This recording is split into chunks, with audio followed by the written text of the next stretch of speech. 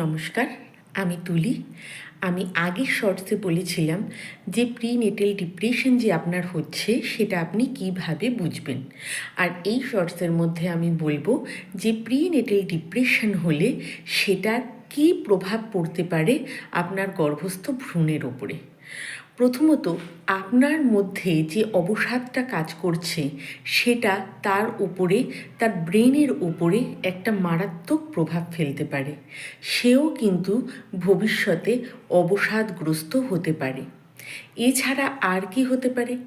এছাড়া ভ্রূণের বিকাশ ঠিক মতো হয় না। আপনার আর্লি লেবার পেইন হতে পারে। বাচ্চা ভূমিষ্ঠ হওয়ার সাথে সাথে তাকে আইসিইউতে নিতে হতে পারে। বাচ্চা যদি 37 সপ্তাহের আগেই ভূমিষ্ঠ হয় তাহলে পরে তার কিন্তু লাংস ঠিক মতো গঠিত হয় না। সেক্ষেত্রে সেটা তার জন্য সারা জীবনের একটি সমস্যা হয়ে দাঁড়াতে পারে। এছাড়া যদি প্রিনেটাল ডিপ্রেশনের জন্য আপনি নিজে খাওয়া দাওয়া বন্ধ করে দেন, আপনার নিজের যত্ন নেওয়া বন্ধ করে দেন, তাহলে পরে সেটাও কিন্তু আপনার ভ্রূণের ওপরে একটা প্রচণ্ড নেগেটিভ প্রভাব ফেলে। অনেক সময় আপনি হয়তো ভীষণ ভালো ডাক্তারের আন্ডারে রয়েছেন, আপনি হয়তো ঠিকমতো খাওয়া দাওয়াও করছেন, কিন্তু কোথাও না কোথাও আপনার মনের মধ্যে একটা ডিপ্রেশন তৈরি হয়েছে, সেটা কাউকে খুলে মেলে বলতে পারছেন না, সেটা কেউ আপনার বললেও সে বুঝতে পারছে না।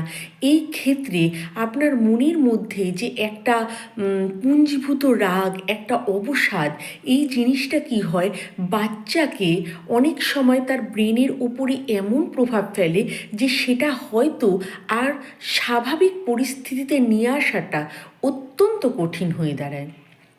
আর আমাদের দেশে যেইভাবে অটিজম বেড়ে উঠছে, যেইভাবে এইসব জিনিসগুলি, মানসিক জিনিসগুলি বাচ্চাদের মধ্যে ছড়িয়ে পড়ছে, এত অল্প বয়সে তারা ডিপ্রেশনের শিকার হয়ে যাচ্ছে, এই ক্ষেত্রে কিন্তু প্রিনেটাল ডিপ্রেশন একটা বিরাট বড় ভূমিকা কিন্তু রয়েছে।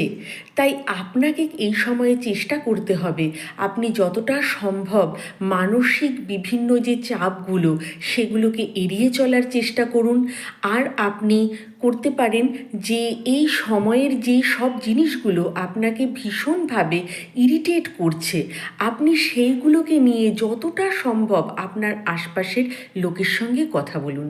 মনে রাখবেন যে আপনার খাবার থেকে যেরকম শিশু পুষ্টি সংগ্রহ করে, ঠিক সেরকম আপনার মনের থেকেও কিন্তু সে তার ভাবগুলোকে সংগ্রহ করছে। এই জন্য আপনার সুস্থ থাকা খুব জরুরি। নমস্কার।